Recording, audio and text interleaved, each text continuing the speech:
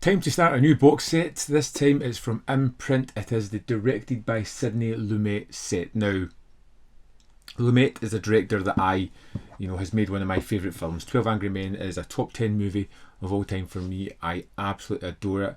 Every time I watch a new Sidney Lumet movie, I'm always over the moon with it, usually. I've never found one that I really dislike, and when this set was announced, I had to have it. So let's dive into the first movie in that set, The Pawnbroker. From 1964, number 280 in the Imprint series. This is from 1964. It was one that I hadn't seen before, but I had heard many people talking about. And we're thrown into the world of Saul Nazarman, a man who has a pawn shop, who has some dirty dealings going on. A man who survived the Nazi war camps and has come through it dehumanised.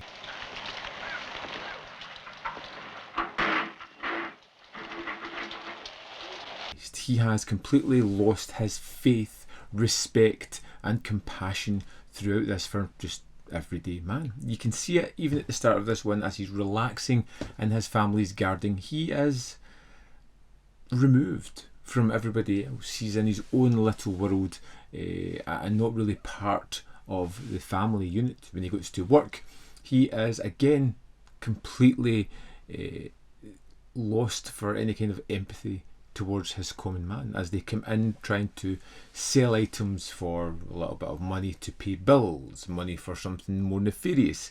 He just views them all the same. He doesn't care. He's completely devoid of emotion and he just moves through the world. And where you see people in their sob stories are people trying to connect. There is a clear disassociation between Saul and everyone else. The camps gave him PTSD and almost robbed him of his humanity. It's an award for oratory. I won it in a citywide oratorical contest 5 years ago. It's gold. $1. And as we go through the movie and we spend more time with Saul and he becomes a rather abrasive character, there is a certain level of understanding that comes through this role. When it's done with these really quick moments of editing as these sequences are just quickly played throughout the film. He'll be watching someone being beaten in the street as just people walk by, don't care, and he has flashbacks to the camp, and it could be a fleeting second, quarter of a second, and it's just these flashing abrasive images that are assaulting to the senses. They feel disorientating. They're not enough for you to really calculate and figure out what you've just seen, but you know it's horrific, you know it's been quick and impulsive, and it's just there, impacted you, much like it's doing to our character of Saul.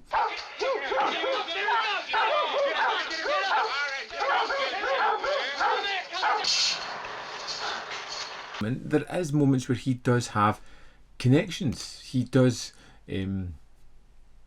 have these moments with people. There are people who try to instigate themselves into his life. There is a woman who comes looking for a charity, and even though he's so dismissive about this charity and just plays it down, he still donates, he still converses with her, but he is matter of fact, it won't make any difference. These people are what these people are. And even though she tries to build that connection with him, he has that inability of doing that. There is the person that works with him who looks up to him, who wants to kind of follow in his footsteps, who wants to learn from him. And although our main character of Saul takes the time to show this kid what he wants to know, it's almost perfunctory. There is no joy or fun experience in sharing that knowledge. There is no feelings in it. There is no real connection. It's just mechanical movement. Then, Mr. Teacher, ain't there nothing? You do believe? Money. This is a man who's just moving through the world, whose only feelings are throwbacks to the atrocities that he's suffered through. And it is a beautiful performance by Steiger at the heart of this one. A man who is both devoid of emotion, but you can see behind the eyes that there are things going on, much deeper and more abrasive things than general day-to-day life bring to everybody else. Pawnbroker was Phenomenal movie. As I expected, with a great performance by Steiger, some great supporting performances. Uncredited role for Morgan Freeman at one point, as well as a man in the street. Just a sort of blink and miss if you're not paying attention. It's a terrific movie. It's one that I feel I still need to unpack a lot of, but I feel the performance by Steiger is fantastic. I feel the direction is great. I feel that abrasive editing really works and builds towards the movie, its narrative, what it's trying to achieve, and made it something that was really special. So, great start to this set. Let's dive into the extras and see what they have. Here we are in the disc for the Pawnbroker. Let's go to the special features. First, there is an audio commentary. Then we have the Guardian interview with Rod Steiger. It's an audio recording. It runs almost the length of the movie and plays over the movie at 1 hour 53 minutes. They tackle a wealth of subject matter. You get to hear it from Steiger himself, which is fascinating. Then we have Cinema of the Pill Pool, a Talmudic view of early Holocaust cinema, video essay by Daniel Kramer, which kind of gives a brief look into a historical context of Holocaust cinema. It's looking at some of the movies. It gives an overview of the religion as well, which is kind of interesting. All in all, it's a kind of fascinating piece. Then we have Safe Within Myself, Remembering Rod Steiger, interview with the stepdaughter of Rod Steiger, Claudia Mayers-Chusden.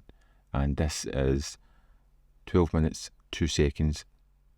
It's interesting, she's just talking about her stepfather, how he was a big movie star, some of the sequences and how he explained to her what he was thinking about as they created some of the most emotional pieces within the film. And then there's the theatrical trailer, and that's the extras. There we have it. The Pawnbroker, first movie in this set. It's a winner. We're off to a fantastic start. I know we've got a great finish on this set because I've seen the last couple of movies in it. Let's move on to film number 2 and we'll see what that has. But before we get there, I want to know your thoughts on The Pawnbroker. Let me know in the comment box below whether you love it, hate it, fall somewhere in the middle. I can't wait to read your thoughts on this one. As always, there is more content up here. You can see more of my thoughts, and in the description box below are links to Patreon, membership program, manvfilm.com. Always in which you can support me. Thanks for watching, and I'll see you next time.